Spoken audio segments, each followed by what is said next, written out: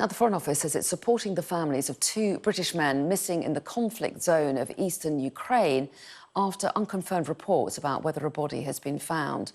Andrew Bagshaw and Christopher Parry have been missing since Friday. The Foreign Office has said, "We are supporting the families of two British men who've gone missing in Ukraine. We are aware of recent reports, are in touch with the Ukrainian authorities." Well, the two men were last seen heading towards Solidar in eastern Ukraine. President Zelensky has denied Russia's claim to have taken the town. Moscow claimed it had killed hundreds of Ukrainian troops while taking the salt mining town near the city of Bakhmut. But President Zelensky says fighting is ongoing. This comes as Russia's Defence Minister Shoigu appointed General Gerasimov as the new commander of Russia's military campaign in Ukraine.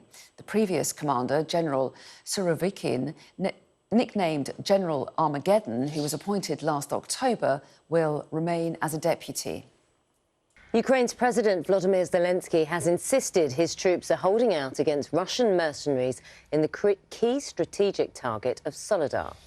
The town in the eastern Donetsk region has been the focus of fierce fighting in recent weeks. Let's get the latest now from our correspondent Hugo Pachega, who's in Kyiv for us this morning. Hugo, good morning to you. Conflicting reports from the area about who's got the upper hand today. Good morning, Naga. Yes, it's very difficult to get a clear picture of what's happening in Solidar. So President Zelensky last night said that the Ukrainian military was still defending parts of this town.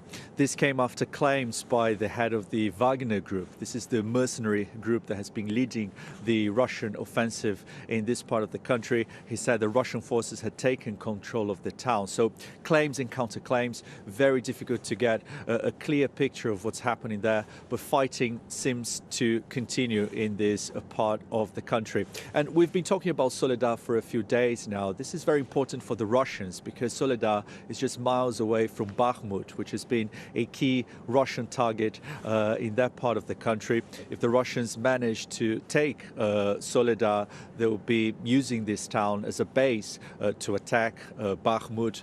They could also be targeting Ukraine's supply lines. But it is also very symbolic for the Russians. They've suffered a number of military setbacks recently. They need a victory, so that's why they are determined to take this town.